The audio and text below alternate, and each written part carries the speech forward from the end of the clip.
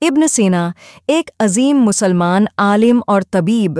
ابن سینا جو مشرق میں شیخ الرئیس اور مغرب میں اوینسینا کے نام سے مشہور ہیں، ایک عظیم مسلمان عالم، طبیب، فلسفی اور ریاضی دان تھے۔ انہیں اسلامی دنیا کے سب سے بڑے علماء میں سے ایک سمجھا جاتا ہے اور ان کی کتاب القانون فی الطب دی کینن آف میڈیسن کو 18ویں صدی تک یورپ میں سب سے زیادہ پڑھی جانے والی طبی کتاب تھی۔ ابتدائی زندگی اور تعلیم ابن سینا 980 عیسوی میں بخارا، ازبکستان میں پیدا ہوئے۔ انہوں نے اپنی ابتدائی تعلیم اپنے والد سے حاصل کی، جو ایک محترم عالم تھے۔ ابن سینا نے بچپن ہی سے غیر معمولی ذہانت اور یادداشت کا مظاہرہ کیا اور 10 سال کی عمر تک انہوں نے قرآن کو حفظ کر لیا تھا۔ انہوں نے اپنی تعلیم بخارا میں مکمل کی، جہاں انہوں نے فلسفہ، منطق، ریاضی اور طب کا مطالعہ کیا۔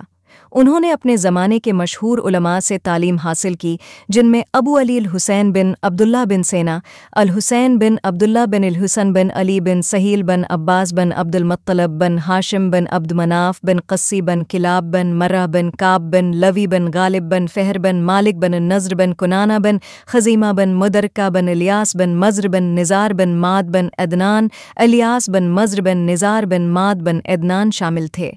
کارنامے ابن سینا نے علم کے مختلف شعبوں میں بہت زیادہ کارنامے انجام دیے۔ انہوں نے 450 سے زیادہ کتابیں لکھیں، جن میں سے 240 سے زیادہ بچ گئی ہیں۔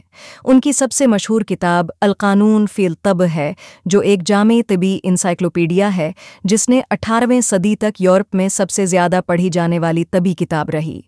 ابن سینا نے فلسفہ، منطق، ریاضی اور فلکیات میں بھی بہت زیادہ کارنامے انجام دیے۔